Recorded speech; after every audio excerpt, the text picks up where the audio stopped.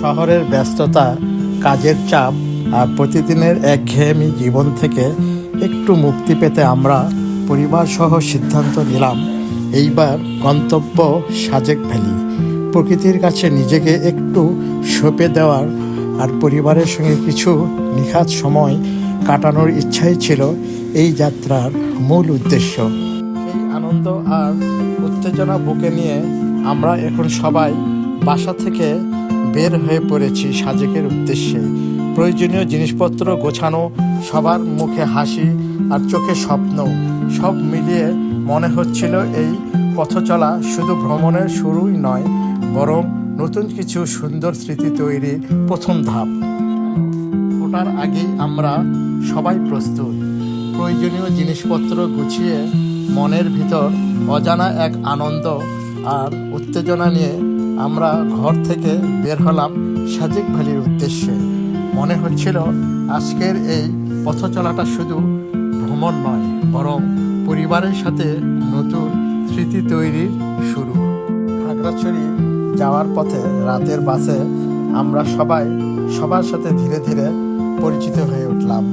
শুধু আমাদের মাঝে তখন স্মার্ট দুলু মামা ছিলেন না, তিনি খাগড়াছড়ি থেকে আমাদের সঙ্গে যুক্ত হয়ে সাজেকের উদ্দেশ্যে রওনা হবেন। রুনু খালা বাসের ভিতর আমাদের সঙ্গে নানা মজার গল্পে মেতে উঠেছিলেন। তার হাসি আর কথায় পুরো যাত্রাপথ জুড়ে আমাদের আনন্দ আর উচ্ছ্বাস আরও বেড়ে গিয়েছিল। যাত্রা বিরতিতে গরম চায়ের আড্ডায় আমরা সবাই মেতে উঠেছিলাম। তবে সকালবেলায় খাগড়াছড়ি পৌঁছানোর পরে এক সমস্যার সম্মুখীন হই। সাজেক যাওয়ার জন্য কোনো গাড়ি পাওয়া যাচ্ছিল না। আমরা এখন সাজেক ভ্যালি যাওয়ার জন্যে গাড়ির পহর গুনছি, কখন পাবো এই নিয়ে বিভিন্ন কথা হচ্ছে। আমি একটু বেশি বলে ফেলতেছি। গতকালকে গাড়ি ঠিক করলে আমরা সময় মতো এতক্ষণ হয়তো সাজেকের উদ্দেশ্যে রওনা দিতাম, কিন্তু দুঃখের বিষয় ভারাক্রান্ত হৃদয়ে বলতে হয় আমরা সাজেকের কোনো গাড়ি পাচ্ছি না। তারপরও ওয়েট ফর সাজেকের গাড়ি আমরা যে কোনো মুহূর্তে পাবো। এখানে আরেকটা কঠিন ব্যাপার আছে, সবাইকে দেখাও। এখানে একটা কঠিন নিউজ আছে যে আমাদের ওখানে সাজেকে হোটেলও বুকিং করা আছে। অত্যন্ত দুঃখের সহিত জানাচ্ছি, দেখা যাক কি হয়। আপনারা কেউ কিছু বলবেন? আমার বলার কিছু নাই, যেভাবে হোক ইনশাআল্লাহ যাওয়া আমরা বুঝতে হবে। আমরা এতে আনন্দিত, রাজি আছি। কুটি কলার কল ফুল, আমরা সেই কল ফুলের জন্য ব্যস্ত। যাব হচ্ছে বলে একটা গাড়ি। আমরা সাজেক ভ্যালিতে উদ্দেশ্যে চাঁদের গাড়ি, তিনটি চাঁদের গাড়ি, মিনি তিনটি চাঁদের গাড়ি নিয়ে আমরা সাজেক ভ্যালির উদ্দেশ্যে রওনা হচ্ছি। আর্মিরা দেখে আমাদের খুব এই চাঁদের গাড়ি কেউ নাই তিনখান চাঁদের গাড়ি। ওকে, আমরা নিয়ে রওনা হচ্ছি সাজেক। অবশেষে আল্লাহর রহমতে আমরা 3টি চাঁদের গাড়ি পেয়ে গেলাম আর আনন্দ ও স্বস্তি নিয়ে সাজেকের উদ্দেশ্যে যাত্রা শুরু করলাম। সেই মুহূর্তে মনে হচ্ছিল সব বাধা পেরিয়ে আমাদের স্বপ্নের পথ চলাটা এবার সত্যিই শুরু হলো। গাড়িতে করে এগোতে এগোতে আমরা পরিবারের সবাই একসাথে দুপাশের অপূর্ব প্রাকৃতিক দৃশ্য উপভোগ করছিলাম। পাহাড়, সবুজ আর খোলা আকাশের সৌন্দর্যের মাঝে হাসি, কথা আর আপনজনের উপস্থিতিতে পথ চলাটাও যেন আরও উষ্ণ ও স্মরণীয় হয়ে উঠেছিল। পাহাড়, মেঘ আর আকাশের অপূর্ব মিলনে ঘেরা পথে আমরা পরিবারের সবাই একসাথে ছিলাম।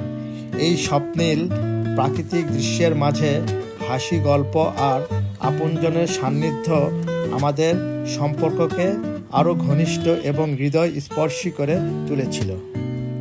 অবশেষে আমরা আমাদের রিসোর্টে পৌঁছালাম। রিসোর্টের আশেপাশে মনোমুগ্ধকর দৃশ্য চোখ জুড়ে আনন্দের ছোঁয়া ছড়িয়ে দিয়েছিল। সবুজের লীলাভূমি, পাহাড় আর খোলা আকাশ যেন আমাদের স্বাগত জানাচ্ছিল। মনোমুগ্ধকর রিসোর্টের আশেপাশে দৃশ্য উপভোগ করার পর দুপুরের সুস্বাদু খাওয়া দাওয়া শেষে আমরা কংলাক পাহাড় দেখার উদ্দেশ্যে বাহির হয়ে পড়লাম। কংলাক পাহাড় সাজেক ভ্যালির অন্যতম আকর্ষণীয় স্থান এবং এখানকার সর্বোচ্চ চূড়া, যা সমুদ্রপৃষ্ঠ থেকে প্রায় 1800 ফিট উঁচুতে অবস্থিত। এখান থেকে চারিদিকের পাহাড়, মেঘ আর সবুজের অপূর্ব দৃশ্য চোখে পড়ে, যা সত্যিই মনোমুগ্ধকর। কংলাক নামকরণ খুবই আনন্দদায়ক। পাহাড়ের নিচে প্রচুর কমলাকার মতো বড় বড় কমলার বাগান থাকায় স্থানটিকে কংলাক পাড়া বলা হয়। সেই ঝর্ণার নাম অনুসারে পাহাড়ের নামকরণ করা হয়েছে। পাহাড়ের উঁচু চূড়ায় পৌঁছানোর জন্য আমরা ট্রেকিং শুরু করলাম। এই পাহাড়ের নামকরণ সাধারণত স্থানীয়দের দ্বারা হয়। প্রাকৃতিক সৌন্দর্য, রূপ আর কোনো স্থানীয় গল্পের সঙ্গে সম্পর্ক রেখে নাম দেওয়া হয়, যেমন কংলাক পাহাড়। অবশেষে কংলাক পাহাড়ের চূড়ায় পৌঁছে আমি, সুমন, মৌ ও সেলিম সবাই মিলে 3D ভিডিও সেশন করলাম। সেই সময় আমরা পাহাড়ের চারপাশের মনোমুগ্ধকর দৃশ্য উপভোগ করলাম। সব দৃশ্যের আনন্দ নিয়ে আমরা আবার আমাদের রিসোর্টের উদ্দেশ্যে যাত্রা শুরু করলাম।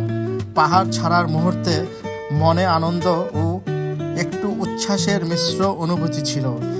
একদিকে স্মৃতিগুলো, অন্যদিকে ফিরে আসার দুঃখ। কংলাক পাহাড় দেখা শেষ করে আমরা রিসোর্টের উদ্দেশ্যে রওনা দেই। আমার সাথে ছিল নাফিসা, রুনুখালা ও কান্তা। ফিরে যে দুলু মামার কণ্ঠে আমরা গান শুনব সবাই। আমি, দুলু মামা, জাইয়ান আর মাহবুব মিলে মাইকেল জ্যাকসনের বিখ্যাত গানের সাথে দেশি নাচের মেলবন্ধন করে একদম আশ্চর্যজনক একটি নাচ দেখালাম। পা নাচলো, হাত নাচলো, এমনকি আমাদের হাসি আর ঠাট্টাও যেন পুরো পরিবেশকে কাঁপিয়ে দিল। সবাই একসাথে নাচতে নাচতে হাসি আর আনন্দের উচ্ছ্বাসে মেতে উঠল। মনে হচ্ছিল সাজেকের পাহাড় ও আমাদের রিসোর্টও আমাদের নাচের তালে তালে নাচছিল। আমার পা ভুলে গিটার বাজানো শুরু করলো। দুলু মামার হাত যেন টুপির মতো হেলে যাচ্ছিল। জাইয়ান দিক দেখারিতে নাচছিল আর মাহবুব যেন স্টেজে বসে থাকতে পারল না। সবাই হেসে হেসে ফেটে পড়ল। পাহাড়ও হয়তো আমাদের সঙ্গে হাসছিল আর মেঘেরা নাচের ছন্দে ধরে নাচছিল। নাচ দেখা শেষ করে সবাই পেট ভরার উদ্দেশ্যে রাতের খাবারের জন্য রিসোর্ট হতে একযোগে বাহির হলাম। মনে হচ্ছিল নাচ আর ক্ষুধে একসাথে আমাদের পিছনে লাগলো। খাবার তৈরি হতেই পেটের ক্ষুধে আর উচ্ছ্বাস মিলিয়ে আমরা রেস্তোরাঁ টেবিলে একযোগে বসলাম। রাতের মেনুতে থাকলো বাসে বানানো চিকেন বিরিয়ানি, যাকে আমরা বাম্বু চিকেন বিরিয়ানি বলি। সবাই একসাথে হাসি আর আনন্দে খেতে খেতে মনে করলো চিকেনটা যেন আমাদের সাজেক অ্যাডভেঞ্চারের শেষ স্বাদ। রাতের খাবার শেষ করে রিসোর্টে আমরা সবাই একযোগে ফেরার পথে লাইভ গান উপভোগ করলাম।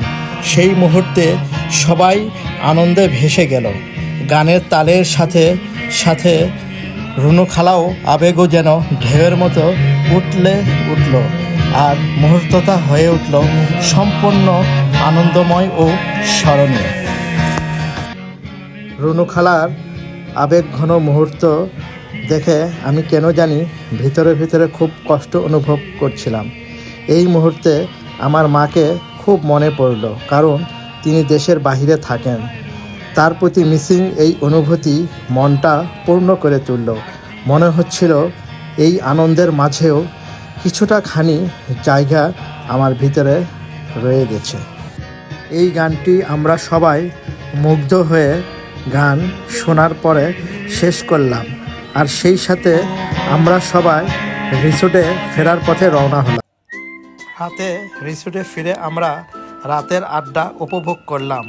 পাহাড়ের চূড়ায় ছড়িয়ে থাকা নীরবতা, দূরের আলো আর আকাশে ঝলমলানো তারা সব মিলিয়ে রাতের মুহূর্তগুলোকে এক অসাধারণ প্রশান্তি আর আনন্দের অনুভূতিতে ভরে দিল। মনে হচ্ছিল পুরো সাজেক আমাদের চারিপাশে নীরবে হাসছে। সকালে ওঠার উদ্দেশ্যে সবাই ধীরে ধীরে ঘুমিয়ে পড়লাম। নতুন দিনের প্রস্তুতি মগ্নে আমরা সবাই প্রস্তুতি নিয়ে ঘুমিয়ে পড়লাম। ভোরের সূর্য ধীরে ধীরে আকাশের কুল জোরে উঠে এলো। লাল সোনালি রোদ যেন পাহাড়ের সবুজের উপর নরম একটি চাদর বিছিয়ে দিয়েছে। রিসোর্ট ত্যাগ করার আগে সবাই অনুরোধ করলে মামা গান শোনালো এবং সেই গানের সাথে তাল মিলিয়ে আমি এবং সেলিম নাচ করলাম। সাজেক থেকে আমরা বিদায় নিলাম। পাহাড়, সবুজ আর মেঘের মাঝে কাটানো মুহূর্তগুলো মনে বারবার ঘুরপাক খাচ্ছিল। যাত্রাপথে যারা আমাদের সঙ্গে ছিলেন তাদের গল্প, হাসি আর আনন্দের ছোঁয়া এই বিদায়ের অনুভূতিকে আরও আবেগময় করে তুলল। মনে হচ্ছিল সাজেকের প্রতিটি দৃশ্য এবং আমাদের সবার সঙ্গে কাটানো সময় যেন চিরদিনের জন্য হৃদয়ে জমে থাকবে। আমরা খাগড়াছড়ির আলুটিলা গুহা দেখার জন্য রওনা দিলাম। আলুটিলা একটি রহস্যময় প্রাকৃতিক গুহা, যেটি 1000 মিটার উঁচু আলুটিলা বা আরবারি পাহাড়ের ভিতরে দিয়ে তৈরি হয়েছে এবং প্রায় 100 মিটার দীর্ঘ। ভিতরে প্রবেশ করলে গুহার অন্ধকার, ঠান্ডা বাতাস আর নিচ দিয়ে বয়ে যাওয়া স্বচ্ছ পানি যেন এক অন্য জগতে নিয়ে যায়।